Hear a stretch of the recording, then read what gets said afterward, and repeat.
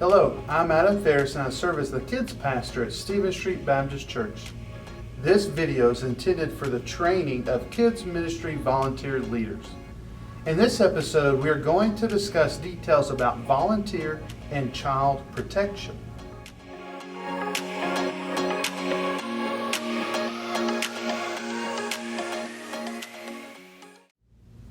Welcome back to the last video in the three-part series about the new Safe Ministry Guidelines at Stephen Street.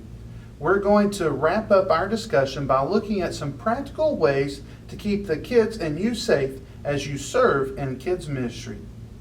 Again, if you would like to follow along in a copy of the guidelines, you can download one at stephenstreet.org/leader.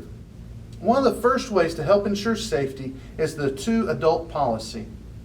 This basically means that each kids ministry group or class needs to be led by two adults above 18 years old. It's our desire to ensure this policy in each of our classes. Unfortunately, there could be a time where this doesn't happen on Sunday morning or Wednesday, but we strive to limit those possibilities to as few as possible. It is not recommended or encouraged for two leaders of the opposite gender to serve together alone unless it's a husband and wife.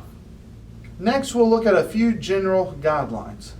Private conversations with kids should be in public settings where others can observe but not hear.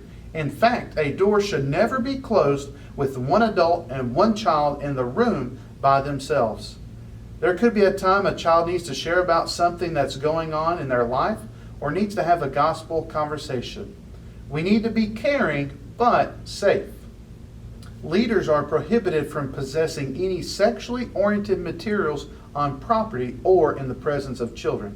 Satan wants us to fail, and he will not stop attacking no matter the tactic. Physical punishment is prohibited for discipline of children and students, while physical force may only be used to stop a behavior that may cause immediate harm to the individual or others. Our discipline actions should be positive in nature, redirecting the behavior and giving acceptable choices and using positive language. If a child acts out, it's best to redirect that behavior, but if the actions persist, it's important to have a conversation with the parent or guardian about the issue. It is almost inevitable that physical contact will happen in kids ministry. Kids love to share their feelings to each other and their leaders. Therefore, it's important for us to establish what is an appropriate touch versus what is an inappropriate touch.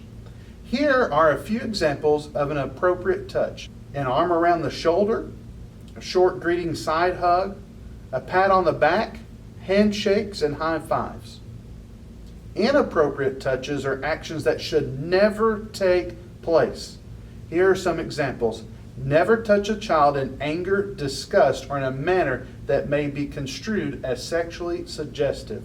Never touch a child between the belly button and the shins. Never allow a child to sit in your lap. And lastly, playing rough with kids is not allowed. It's important for all of us to take caution and use the path above reproach as we interact with kids. The last main area of focus for this video is on the topic of social media. It is important for us not to post pictures of kids on our personal social media accounts. If you have a great picture or video, send it to one of the kids ministry staff to post on our kids ministry or our church-wide social media accounts. There are some kids who cannot have their photos publicized for various reasons. Speaking of social media, we need to be careful with what we do post on our accounts. Parents and guardians of the kids in our ministry may want to connect with us online, and we need to make sure that we are representing ourselves well, that we're protecting the reputation of the church, but most importantly, that we're being the best ambassador we can be for King Jesus. We were not able to discuss every facet of the Safe Ministry Guidelines in this three-part series, so if you have questions about areas we did not examine, please let us know. Again, these guidelines are not meant to just be a large list of do's and don'ts, but we hope they can help us keep kids, leaders, and the church safe.